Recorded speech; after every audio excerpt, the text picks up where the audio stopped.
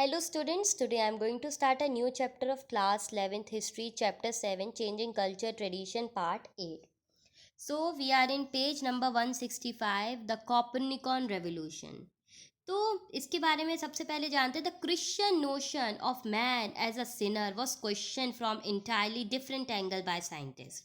तो जो भी ईसाइयों की यह धारणा थी कि मनुष्य पापी है, इस पर वैज्ञानिकों का पूर्णतः अलग दृष्टिकोण था। जैसे यूरोपियन विज्ञान के क्षेत्र में या हम माने यूरोपियन साइंस में जो कॉपरनिकस थे 1473 से 1543 तक उनका बिलीव था मार्टिन लूथर किंग पे। तो Christian had believe that the earth was a sinful place and a heavy burden of sins made is immovable. तो ये ईसाइयों का विश्वास अधिकता के कारण वह स्तर है। तो पृथ्वी यूनिवर्स के बीच में स्थित है जिनके चारों ओर सेरेस्ट्रियल प्लैनेट्स घूम रहे हैं। तो ये एक बहुत अच्छा था कॉपरनिशियन ने असर्ट करा पृथ्वी के पास जितने भी ग्रह सूर्य तारे हैं परिक्रमा कर रहे हैं उनके बारे में। और ये माना a devout Christian Copernicus was afraid of possible reaction of the theory by the traditional clergyman for the reason he did not want his manuscript the revolutionary based the rotation to be printed। तो ये कारण था कि ये नहीं चाह रहे थे कि ये सब प्रिंट हो। और जब वह अपनी मृत्यु शैली पर पड़े तब उन्होंने ये जितना भी यूनिवर्स और ये फॉलोअर्स का हो रहा था इनके में जैसे जोकनस रेथर्ड्स थे तो उनको अपनी पूरी जो भी उनकी लिखाई थी ये सब सौंप दी थी।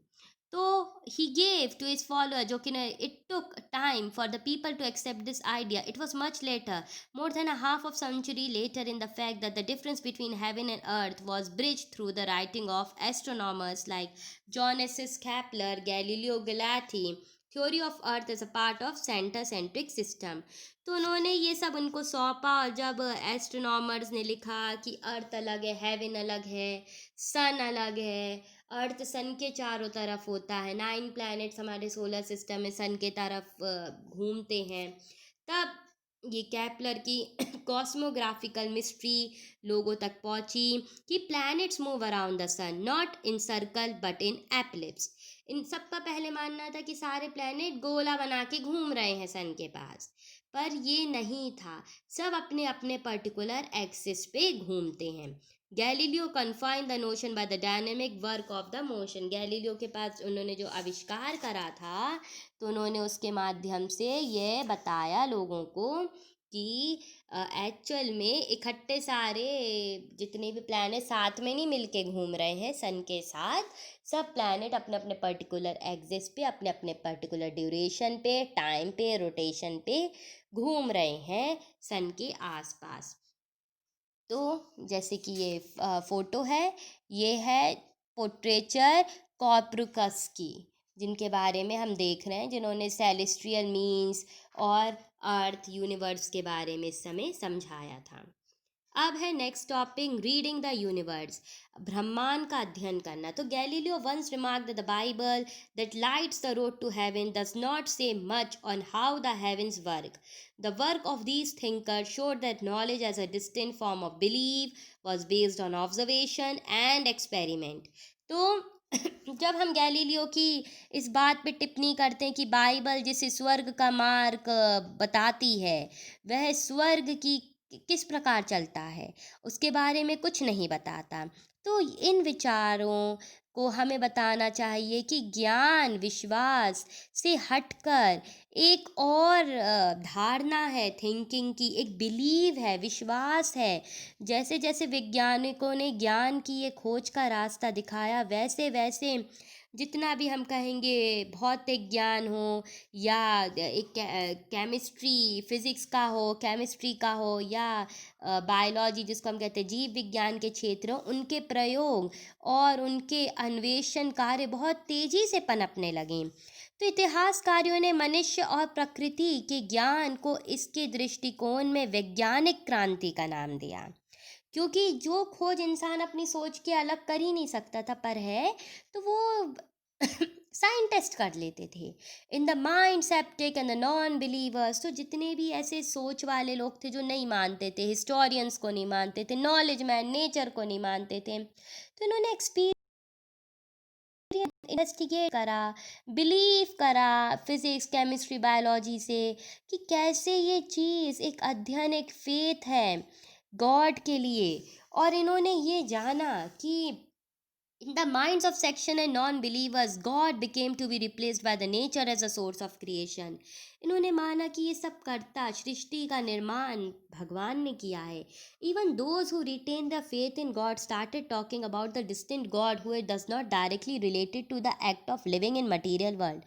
तो कुछ कुछ लोगों ने ऐसे चर्चा भी करी, ऐसे ऐसे भगवानों के नाम लिए जो इस दुनिया में है ही नहीं। तो ऐसे आइडियाज़ पॉपुलराइज हो रहे थे, कल्चर डोमिनेन हो रहा था। पेरिस एकेडमी में 1670, रॉयल सोसाइटी इन लंदन में ये प्रमोशन हो रहा था, नॉलेज हो रही थी। तो एक तरीके से पूरी क्रांति आ रही थी इस समय। कल्चर पूरा चेंज हो रहा था, ट्रेडिशन बदल रहा था, लोगों में नई सोच आ रही थी, नए विचार आ रहे थे।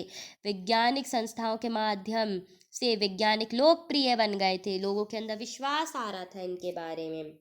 अब एक और लास्ट टॉपिक है, ये was there a European renaissance in the 14th century. 14वीं सदी में क्या यूरोप में एक तरीके से नया रेनेसेंस, रीबर्थ हुआ था क्या? Let us now reconsider the concept of renaissance. Renaissance का मतलब क्या है? रीबर्थ। तो जैसे कुछ राइटर्स थे, जैसे Pico Dirk of England, he suggested that Burckhardt was extracting the sharp difference between the period proceeded by those term renaissance. तो इन्होंने लिखा कि जितने भी विचार धाराएं थे वर्क आर्ट की, इस काल में और इसके पहले के कालों से फ़र्क में कुछ ज़्यादा बड़ा चढ़ा कर पेश कर रहे थे। ऐसा करने में उन्होंने क्या करा, बहुत सारी सिचुएशंस भी अपने अंतर्गत ले ली थी। तो ये भी मान सकते हैं कि Greek Roman civilisation was reborn is the time. Scholars artist of the period Christian worldwide, both argument was exaggerated, बढ़ते चले गए। Scholars in earlier century became familiar with the Greek and Roman culture, तो जो भी ये अध्ययन करने के लिए जाते थे, तो इन ग्रीक और रोमन कल्चर के बारे में उन्होंने पढ़ा।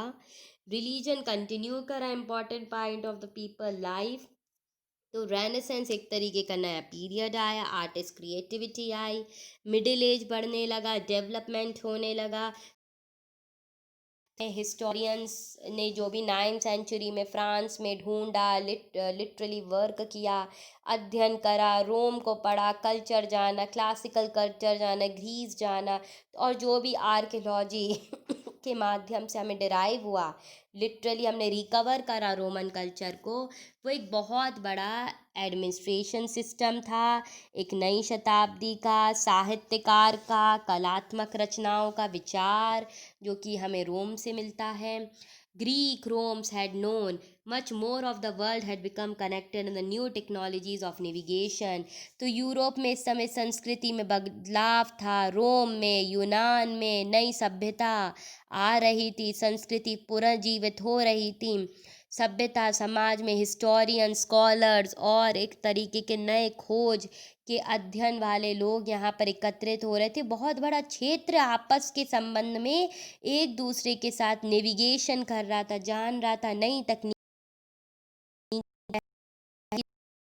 राज थी, अब वो पास आ गई थी। इस्लाम से, मंगोलों की विजयों से, एशिया, उत्तरी अफ्रीका में यूरोप के साथ राजनैतिक दृष्टि नहीं बल्कि व्यापार कार्यकुशलता से सीखने के लिए आपस में यहाँ पर जुड़ रहे थे लोग। तो लर्निंग स्किल्स यहाँ बढ़ रही थी, डिफरेंट डिफरेंट टेक्निक्स आ रही थी, अलग अलग लोगों के जगह के लोग एक्नॉलेज हो रहे थे। यूरोप में ना केवल यूनानियों और रोमवासियों सीख रहे थे, बल्कि भारत, अरब, ईरान, मध्य और चीन से भी लोग ज्ञान प्राप्त कर रहे थे। तो बहुत लंबे तक इन श्रेणियों को स्वीकार नहीं किया जाता था, क्योंकि जब इस काल के इतिहास का लेखन हुआ, लिखा गया तो प्रारंभ हुआ, तो इतिहासकारों ने इस यूरोप केंद्रीय दृष्टिकोण को सामने रखा। तो इस काल में जो महत्वपूर्ण परिवर्तन हुए वो धीरे धीरे निजी और सर्वाधिक होते गए। मतलब प्राइवेट और पब्लिक स्पीयर में ये अलग अलग क्षेत्र बन गए। तो जीवन में जितने भी सार्वजनिक क्षेत्र के तात्पर्य थे, या एक फॉर्मल रिलीजन, एक private sphere including family, personal religion, individual had a private as well as public role. So these were simply three orders that the person had to regain with the guild. तो 18th century में एक तरीके का यहाँ पर individual expression आया, development आया based on language, और रोम एम्पायर, आगे जाके लेटिन क्रिश्चियनिटी, और इस काल में जितने भी अन्य महत्वपूर्ण विशेषता थी, भाषा के आधार पर यूरोप के विभिन्न क्षेत्रों में अपनी पहचान बनाने की यहाँ पर शुरुआत करी गई, और जितने भी लोग थे इन राज्यों के अंतर्गत जुड़ाव हुआ, और बहुत सी चीज़ें, स्टेट्स डिज़ोल्व हुई, क्रिश्चियनिटी बढ़ रही थी, लैटिन रोम साथ में कोलाइड हुए, कॉमन लैंग्वेज का विकास हुआ, लोगों ने कोलैबोरेट करा। तो हम ये जान पाए इस संबंध में कि 14th और 17th सेंचुरी में ऐसा हुआ क्या था लास्ट में, कि लोगों के अंदर ये change of culture, tradition, civilisation आया। तो हम ये जान पाए कि लोगों ने लास्ट में सब ने मिलकर कोलैबोरेट करा, और अपनी लर्निंग स्किल्स, अपनी ट्रेड टेक्निक्स, अपने आर्ट, आर्किटेक्चर, डिज़ाइंस और नई नई चीज़ों को अनुभव करा, जाना, और जानने के बाद उन्होंने सबसे बढ़िया काम करा, एक दूसरे को अपने टैलेंट, नॉलेज को आपस में दिया, ताकि एक नहीं बल्कि हर कोई इस रेवोल्यूशन का पूरा फ़ायदा उठा सके और जान सके। तो इसके बाद ये चैप्टर कंप्लीट होता है। Thank you.